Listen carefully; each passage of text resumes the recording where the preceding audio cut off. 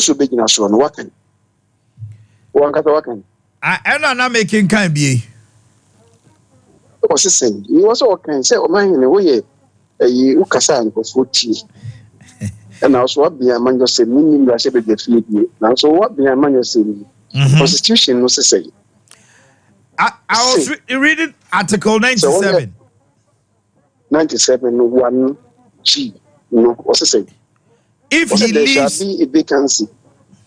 shall be a vacancy na G no because me kita constitution no the general make us we because was saying was say in the case obi a or parliament we na party B given or the parliament so G no can yes so the party be given or the parliament that's right na or no or say if you na free party no eco party for floor or no any penny no was in a free party no eco party for floor that's right was amra to abama minti na no ma yes na nipa bia yes happen Honorable Abraham Kofi Asante no correct OUB no amenfi Kofi no amenfi East to amenfi West yes OUB o tro kata ono ani pimu o tro kata de command speaker say finne ko no NDC o sit finne ko o jai party o jai NDC nti on so enter in parliament on the side of NDCB nti speaker no yes so say we jai party there wa wo pe mo jai party there and na was a catcher electoral commission and man speaker no direct clerk of parliament more talk after the command electoral commission the nipa say we jai party no ono ani pe mo party ne buy no dai into a free na she be gishi first until the no Professor why you saying yeah ono na o okujina NDC ticket or MPP ni e o jai e kojina MPP NDC ticket for the parliament I think Tamale Central ena o the parliament o buy no o tipo no an o se ikuna e de buy I think onu no so okujina NDC ekuno emu ama mo de parliament o jai NDC ni ba MPP the free be say over cross carpet over parliament I was a carpet be a second no the speaker tiena across for no and we free NDC side a crossover MPP side na constitution no empress ade na eso so we free party na do buy mo akọ party for nti yi ni kripo e ma ekoye by election they produce ya madam for anabo fusini nisa and no tra kwa na nu ya ba o ka se onko biwa ojai e ma ndabo for the sina na Cynthia Morrison akod o say aba ye beto December 7th no for the next parliament no edi onyina MPP no bi obetina second call. Now, for the time being, on can go MPP. What you see? And how can anybody invoke a clause? How can anybody invoke it? So that's number one. That's number one. And Omama Kacho, I was going to say, already, I mean, come back to 1993. Adafu bako no ye NDC efe no anabo Moses Mabengba no so ye NDC ni jina Sabuba omo ba parliament first na MPP for ya maybe no as NDC parliament between Ono the member of parliament for Sabuba which was in the then northern region any Alaji Fuseni no ye deputy whip Emma NDC Samre na konkomane na number phone to kwedie apejasa adre no that's right Emma obi Alaji Fuseni ne class in the parliament you say but no e da go benefit And Moses is here concombain.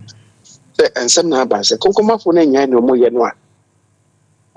They will flush them out of the Gomba lands because in some of the story the Gomba for us. And the Moses, also can't say, Concoma for them to say Israel. Omukumba kwa omusumbe kum apem on the other side and omuka so mpacho o say me mpacho say me penny na so waka na no pa no munga so no mpacho e de na me na musum mpacho on mpacho china and then this forecast mo yire party and they thought that some years they will be able to expel him from parliament but Samoa was attorney general at the time no but Samoa PMF was saying the constitution in Kasa on Cassa move it made it, only the Diablo Parliament. Was all no only people no focus with Jaya. It's also in the this one, the Osunyaya. What you say? How do you get him out? You can't get him out. Which is let our children no say they have to withdraw. And manage a seminar, I did. So okay, actually, because I to buy and Moses the Bay minister for the northern region. That's right. And which John Muhammad Baya, also ambassador to Ghana's ambassador to Angola. What you say? You see, that is a whole about the horrors. Indeed, in Jamal, nominee, she will MP no as a matter. Article 97 1G. That's right. Over 1H, 1H, and they affect the deputy speaker. Or also, original contact on the parliament. Now, for purposes of next year's, for purposes of by December 7th, they call for Ubiamanaco Parliament, and no, January 7th, echo as the next parliamentary, and was a sub back form for the contact group. So, for the next parliament, they say, or when you are uncle contact group, maybe the original entity to take the of the attack. Now, why does it mean, say, any NDC or any NPT? As far as I'm concerned, how does a person join a party? Or join a party? So, submit application. Okay. What submit application? The party is here to I say, I'm more treaties for the party and so on and so forth. What you say? Can anybody prove, say, the same? According to NPT, I may have a card. Now, is there any record to that effect? One does not need to be a member of a party to be sponsored by the party. So, okay, yeah. Because you commander Iguafu, yeah. Constituency. Okujinai. Now, a party for what you say? Hello? And people focus say, and also no. That's right. We are sponsoring him. Now, for them will be a commander. It didn't make him a member of the party. What you say? Okay. And again, how do you prove so? But even if you are applying it to say, how do you prove that way? To me, is an exercise in superfluity. It doesn't hold water. Okay. However, the TSI Herald said, they apply to the Speaker of Parliament to interpret the Constitution properly. The Speaker interpretation of the Constitution doesn't like. It lies for the Supreme Court. That's right. So yes, yeah, and they just want the Supreme Court for interpretation. This Speaker interprets the Constitution over. The committee I can. But I say, as a petty, I'm having found Siana, Yelbobo, Wahano. Same way, and I mean, said Tuesday, Chinan Tokwe Besi Parliament. But anyway, Asante, we are not lawyers, but we can also look at one or two. The Article 97G. Now, Honorable Chambers, I say, minim diname kind yeno. I read it to them. Yeah, I'm called for further better particulars. It says that if the member leaves the party of which he was a member at the time of his election to parliament, TNU, to join another party. This is the 8th parliament of the 4th Republic. enti aba na yeto no 2020 na e de o maba no ene ma o mo yamra sebedwafo se obi ka se wo ko independent. The question Honorable Chairman say Cynthia Morrison wa kachre MPP and our track common speaker say we jai MPP Debbie on Troman. Cynthia Morrison also be independent in the next parliament. That is what I'm interpreting what Honorable Chairman said. In the next parliament, say see idea why MPP MP, but in the next parliament.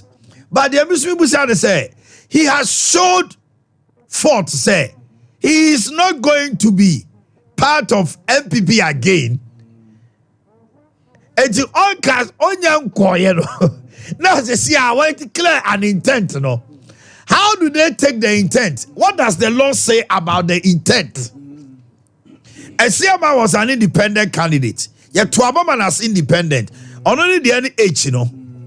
If he was elected a member of parliament as an independent candidate and joins a political party, so in the course of a Siamano, Chairman Sasi won far so joining, but in our political balance, you can sponsor a candidate who necessarily is not a member of your party. And Wama Indium, dear MPP for sponsor Indium, and don't say no. Now, let me finish. And then, say, Okofa, Suhuma MP na NDC ni no. Or MPP ni. Koja Sante. Ono so ko independent. But no so ko independent. Ono so chairman say, G na omo kano enkano. Because in as much as omo ko independent no.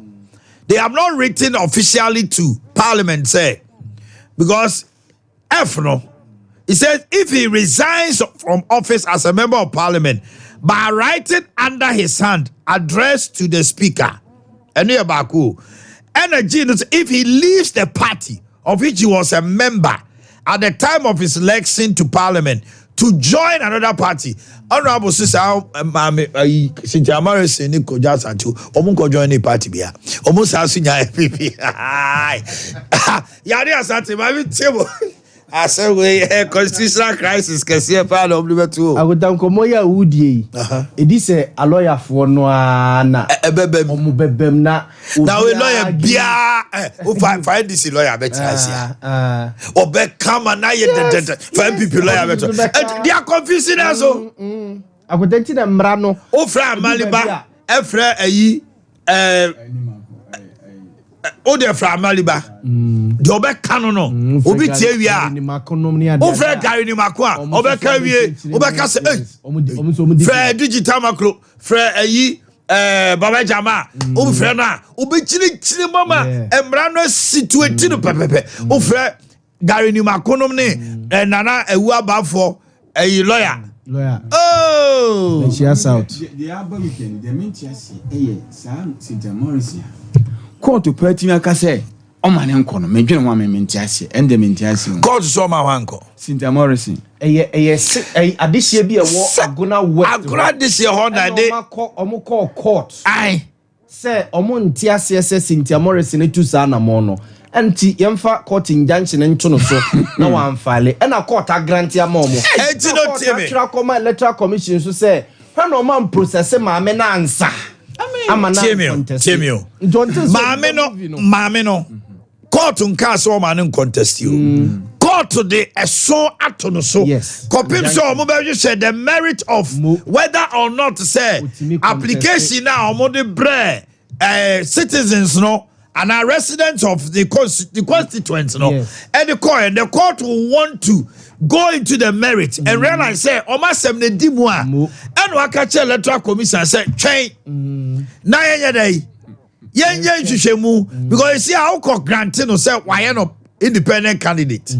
Na court no rule say, on to me contest biwa. No, mama, I mean, swaboka. And this is Damaris to grab Ebuano.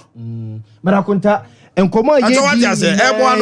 Enkomo ye di nyina yes ye de assembly se ni dance ya ye twa bi ho de ya dance de na no si ye akota yes days na aka no ye by election or any of these constituencies enye say 6 months and sana why ye by election na enye akota so be kai a formina MP lawyer Andram Akwesiama emra that time na my kokko ye speaker o decide say MPP parliamentary primary sir wo mo eye party ne na ani ni ye a oche no ho every parliamentary primaries no ho no unso oye dia last minute say ya omo e file and o file as an independent candidate ena omu gina so the pam now file an MPP e pam no free parliament ana o file me nya sure so tro command MPP for say wajai MPP party no enti no parliament pam no that parliament pam no akota Parliament panel no jamra benso. But I know can say speaker my kokwe a mistake at that time because omo fakra tamra na echere se owura no atro dia mom say we giant MPP party. Yes, because they say my kokwe I am from so. It omo can say my kokwe I am from so. But in as much as my kokwe no omo can say I am from so. There is a precedent say oh yes an ye pamono. Omo ye pamono. Okay. So it until say bia omo de krata bia ye ni party ni mu bi. But me for teacher, honorable city Amaris is here channel upon near Bekasa. Oh, okay. To the cost. Manning na memra. Honorable Andram Akwesiama de no. Omo pam ni free parliament no. Still not that MPP ni o. And of course independent. So, oko independent me sure so that MPP ni. Ne card ni ade a oye one corridor. Chairman say 2 years so we go independent. Chairman say party no so say once I be decided say we go independent automatically you forfeit your status as a member. But Chairman say on sound trauma so person member. Na bo say somebody na we ya. Honorable say Siaman tro krata bi amre omo. Say wasaba party. So wasaba party no nti ono he's a sponsored party chairman so mo ko so on inside acclamation. Hello. What if by acclamation it means say Yajuatum as a member? Or no say Esiama has not written officially to the party. Esiama stands as a sponsored candidate. The sponsor the family on factor on the sponsor one more example say ko ya what must sponsor that time Andram Akwesiama former MP omo pam ni free parliament akwara omo yin tiriwo e go bono chakwari sakora no agwani mo wiki what's your bucket omo yin tiriwo so ka say black stars na omo you the same say black stars be win na say e be draw na ka say omo ya kwani tiriwo any omo dey atoso who dey enter the kan if that fails oh mo pa mo marry me sakora okay you see mo fa the current state bra mo me the current state hey babiki e fata o too much but you see a part there who say Kenya and South Africa na compete for nationality Kenya and South Africa o see a static obusa ma me say Kenyan blood bi ana we no wan share Kenya ni be ma bia na anyway y'all conclude now etimi de Andram Akwesiama de see here na no here it will feel said by this you know it was Akwesiama forfeit akoton say me bi me correct a question no mra party no koso ne nsa of me na say ono na ejina de ama party no na make us say parliament e resume a obetimi akọ parliament as deputy speaker and a member of parliament okay I me who ni say dear koso no it's all matter of say parliament anyen sachiraye o ha e maybe on say political party bia to his main interest they will maneuver in the chairman say ke yes kakra che say senka samre nipa no mo kwa ndisi a enkomo kwa ndisi a nke nye independent ke say am ekwa ndisi ni ba ko debi o say bia siama de kwa ndisi a say what show clear interchange now sponsor na and kesi am honorable Mekasi Quebec sa obe change them in the west sir sir na Cynthia Morris some na me start ka say Cynthia Morris ni ko just anti dem ye me ntiase and a needed interpretation okay and we bent them me can say enjami ade mechana when parliament reconvenes when they be who assembly because then debate. We're going to go I'll be happy if I'll be happy because for interpretation is the precept of Supreme Court. So probably maybe a party member MPP near 90 so immediately take it to Supreme Court. Akota Andomakosi Amadi and Menya Sisi and say, you see at that time the General Secretary of MPP John Bodu, a true command speaker. So now we are matro. It is the same no. So MPP. Say na omo de na call as omo parliamentary candidate. Enti wa na ekochro. Enyo kodua ntwere. Kodua kochro ma hwan. Ochro ma speaker say what be that? Okochro pe it means say wa be join omo party no. Now there will dynamics so what dream aso ana. Emra Don Bodu letter no ochro command speaker. Ena ma omo gina so. Permanent. Enti say ano lawyer John Justin Kodua, who guys was say, what about there? They say, I could tell some kofa letter no free speaker office. That letter doesn't show forth anything.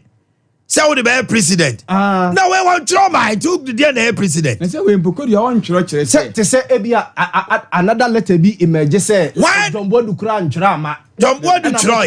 John Bodu Troy. Ebufom. We want Troy. And now on my watch, John Kodua be okay, Kodua so Ochra come speaker. So independent candidate. Kodua be or say Kodua so Ochra come speaker say Cynthia Morris ne Kodua Asante. What Omanhene?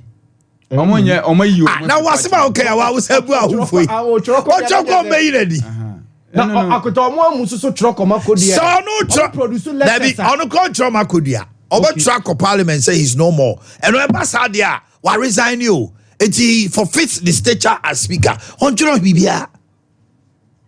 It amakwasi ama ejira ho piti. MDC force do abo best member. Yana mbrapa na. Omo tebe na weekend nsem esi ba ku bi nkwenhye bi na esi easily gone me re. Yes why ba no. Akra bia omo nya mfi. Salifo Amako Prophet Salifo Amako. Ne ba boy. Obi e no ko two sa Benz no. Obi yire ne ba. Jaguar wakohye nkwa. Obi no amusu ewi. No, he's in a very critical state. Obi yire ne ba omatimi akra ketu aje omo nkwen from nse. Na nkwala no mtika ni mu na. There were 3 girls at the back seat. Wo so ahye. Yeah. And I think so omo retrieve one girl but I don't know the state. Yeah. And omo obi ni ne ba na omo won chen no so. Yeah. Na me share video no.